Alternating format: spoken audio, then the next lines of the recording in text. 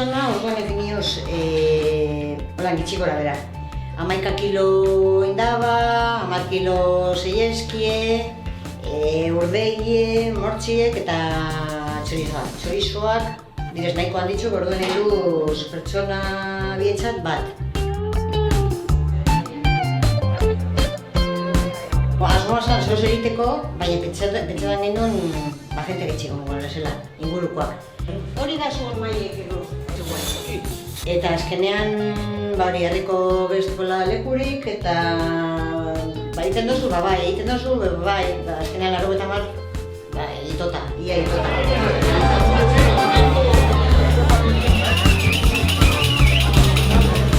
Bueno, daroguz ja urte pila bat egiten gaurko egunean indabak, eta indabak beti urte guztietan egiten dugu espezialak egun honetarako.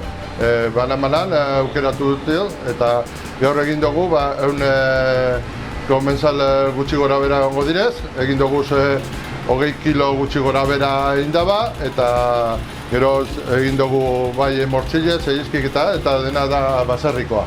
Dena gaurko egunerako espezial egiten dugu urte guztietan.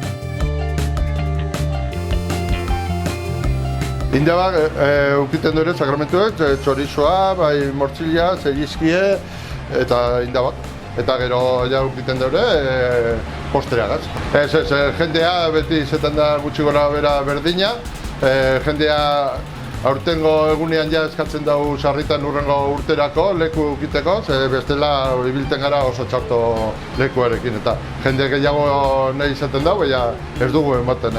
Eta nahiago dugu daukagun jendea mantendu, eta ondo monta posik eduki gehiago hartu baino.